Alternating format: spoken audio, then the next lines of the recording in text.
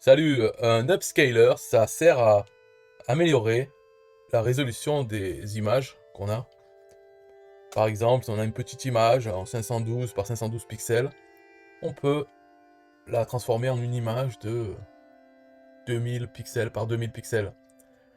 Et au lieu de que chaque pixel soit agrandi, eh bien, et ça va être amélioré, la qualité, le détail. Donc c'est pour faire améliorer les détails des images, augmenter la résolution.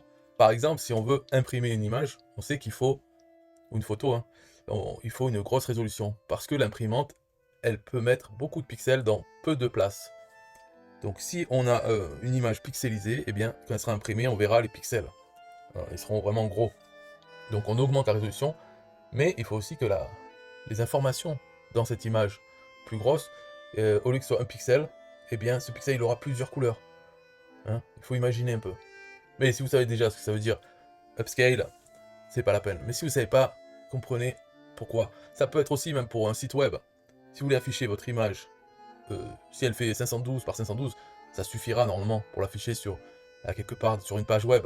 Mais si elle est petite, 64 par 64 pixels, mais que vous voulez qu'elle prenne une plus grosse place dans votre page, il vaudrait mieux qu'elle soit de meilleure qualité, de plus haute résolution, pour qu'elle soit affichée à une taille de 512 par 512, et que ça soit pas tout pixelisé. Donc ça sert à ça avec l'intelligence artificielle. Voilà. Donc il y en a plein des trucs en ligne pour faire ça. Celui-là, ce qu'il y a de bien, Upscale, c'est que vous pouvez le mettre sur votre ordinateur.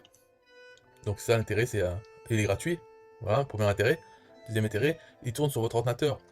Donc vous ne dépendez pas des services gratuits qui tournent sur des ordinateurs, donc sur Internet. Donc ils vont être soit payants, soit si c'est gratuit, ça va être limité pour vous faire passer un plan payant, ou ils auront des problèmes, des limitations toujours. Là, c'est sur l'ordinateur, et ce qu'il y a de bien, donc là, il suffit de... Bon, l'ordinateur, ça peut être n'importe lequel, c'est Mac, Linux, Windows, tout ça. Donc ce qu'il y a de bien dedans, c'est que il peut utiliser n'importe quel modèle, puisqu'il y a plusieurs modèles pour agrandir les images, plusieurs façons de faire, des modèles d'intelligence artificielle.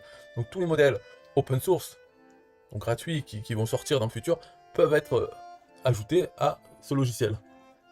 Voilà l'intérêt d'avoir son ordinateur qui travaille, et par exemple, un intérêt, c'est si vous avez plusieurs photos, voilà, c'est ça l'intérêt, plusieurs photos, vous pouvez faire un batch, c'est-à-dire mettre toutes vos photos dans un dossier, des photos en petite qualité, hein, et vous laissez l'ordinateur travailler, et il va vous faire toutes les images dans un autre dossier, une copie, avec meilleure qualité.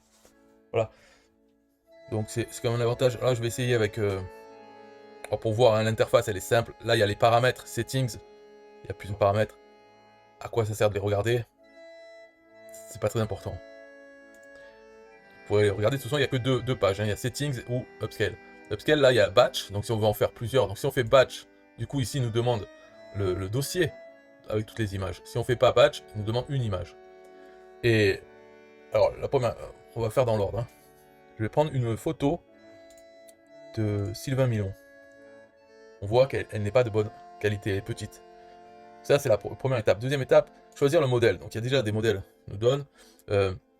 Général Photo, c'est donc pour des photos. Celui-là, Ultra Mix Balance, il marche bien. Les autres aussi, il faut tester. Et Digital Art, c'est plus pour les images. Par exemple, si vous avez une image, un logo, ou des images avec des vecteurs, c'est-à-dire des courbes, beaucoup de courbes, mais en petite résolution. Et avec ça, avec Digital Art, ça va vraiment augmenter et ça va respecter les courbes.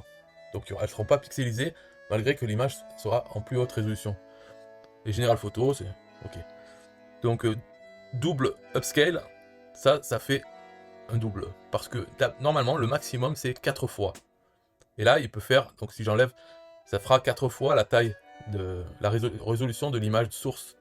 Mais si on fait double, ça fera 16 fois. 4 fois. Et après, sur le résultat, il fera encore une fois. Donc ça fera 16 fois, d'office. Bien sûr, on peut le faire à la main, ça. On peut se faire un batch de toutes ces photos, et mettre donc la copie avec bonne qualité dans un nouveau dossier, et ensuite le refaire avec ce dossier de bonne qualité pour le faire encore plus grand. Et on peut le faire 3 fois si on veut aussi. Mais là, voilà, on va tenter comme ça. Et output folder, je vais le mettre là-dedans. Comme ça, les images finales seront ici. Alors là, l'image de base, elle fait 150 par 170 pixels, cette image. Et là, elle va monter à 600 par 680. Donc upscale.